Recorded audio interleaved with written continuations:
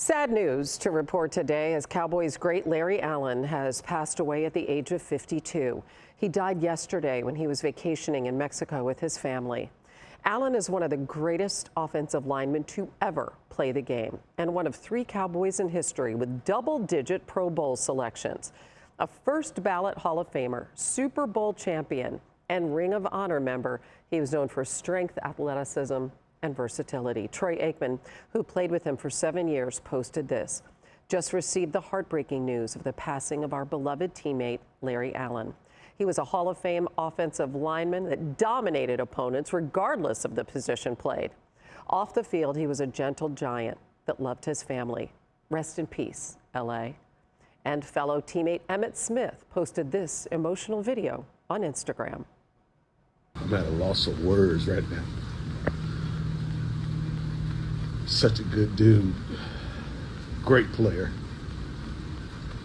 super person. Just breaks my heart. And I know life is very fragile and we're only here for a moment. And we need to make the best out of every moment and not take people for granted. The one thing about Larry Allen I know, he had a big heart and he lived life to the fullest. A man of very few words, but on the football field was a beast. Allen had an outstanding 14-year career with the Cowboys and the Niners. He was elected to the Pro Football Hall of Fame in 2013. An 11-time Pro Bowler and was named first-team All-Pro in 6 straight seasons. In his second season, Allen and the Cowboys won Super Bowl 30. Marcus Spears joins us now to remember his former teammate. You played with Larry Allen your rookie season, and I've heard you call him the baddest guy you ever played with. How do you remember him, Swagoo, as a teammate? One, just a big brother. Big LA is what we called him, man. And he was indoctrinating in many ways when I came into the league, not only on the football field, but even off. And listen, if you ever talk to anybody, LA was a man of very few words, but his impact would resonate throughout a locker room. You would know how serious he was about his business. And to start talking about his career, I think, and I'm biased, but I think he's the greatest offensive lineman to ever play in the NFL because of the position multiplicity that he showed and in which the level in which he played offensive tackle and offensive guard and was able to just plug and play him on either side of the offensive line, and you didn't have to worry about that position or that particular D lineman over there dominating. So I think he's the greatest offensive lineman to ever play, but more importantly, just a great dude, man. And when I heard the news today, all I could think about was my rookie year walking in the locker room, and everyone knows the stories of Larry Allen with the bench press at the Pro Bowl and all of those things.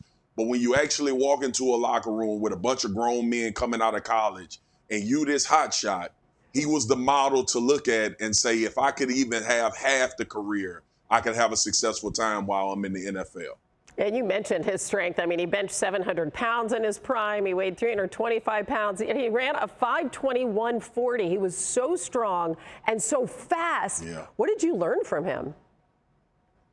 Hannah, listen, this is sad, but I'm smiling because I'm thinking about the times that me and LA had, not only our run-ins on the field, but so as rookies, when you got to Dallas, and Bill Parcells was our head coach at the time, and we would start training camp with live goal line.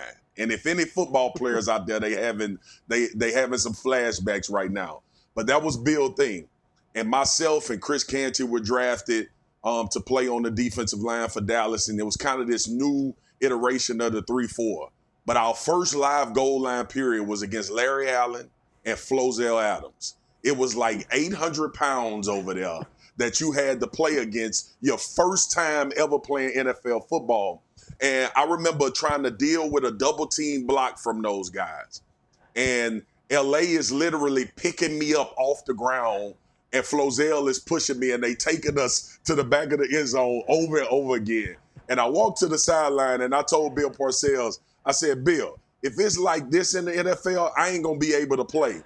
And I remember Bill looked at me, and he said, the best offensive lineman to ever play the game is the one doing this double team. If you can figure out a way to start handling this, you'll be fine the rest of your career. And I played the run well because of Larry Allen and Flozell Adams. I love that story. And another one that I've heard you tell, you come in as a rookie. You've told the story of how LA wanted you to buy him a bottle of Louis XIII. What happened?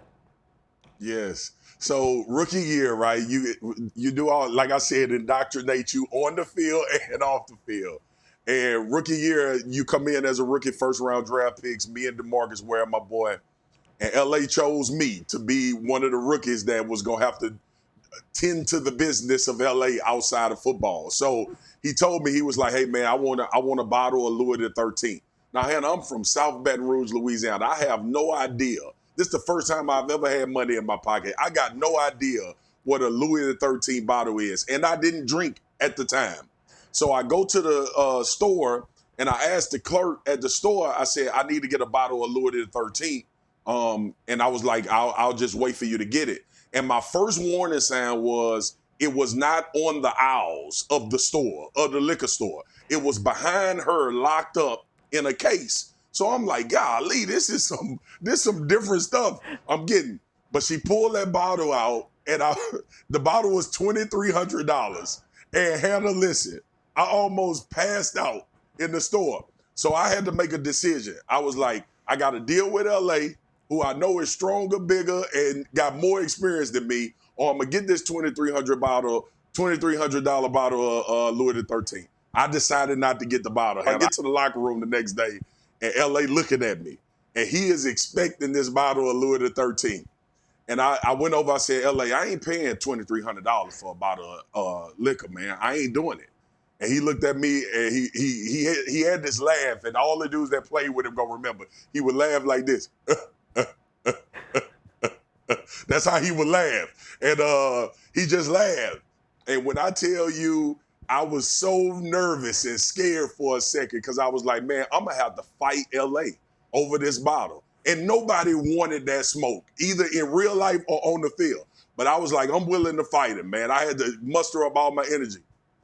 And he told me a couple of days later, he said, I want the bottle, but I do respect the fact that you didn't bring the bottle and you manned up and stuck to your principle.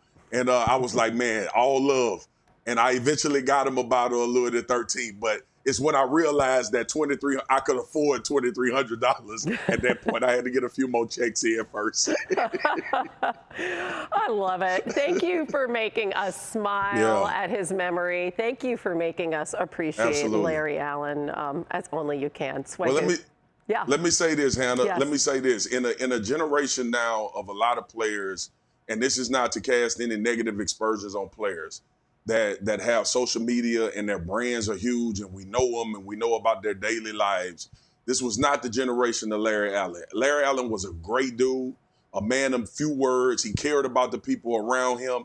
He was a big brother to all of us that came in as rookies, and he did not seek the limelight, but he spoke so loudly with the job that he did on the football field. And I know we list those accolades, and everybody can look at those and realize how good Larry Allen was as a football player.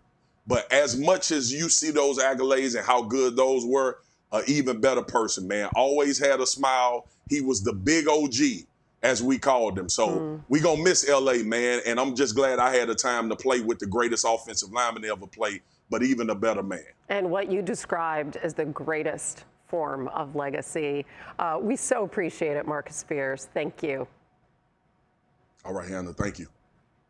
Larry Allen is survived by his wife, Janelle, also his daughters, Jayla, Loriana, and his son, Larry III. And our condolences to the Allen family, the Cowboys family, and all of those who loved Larry Allen.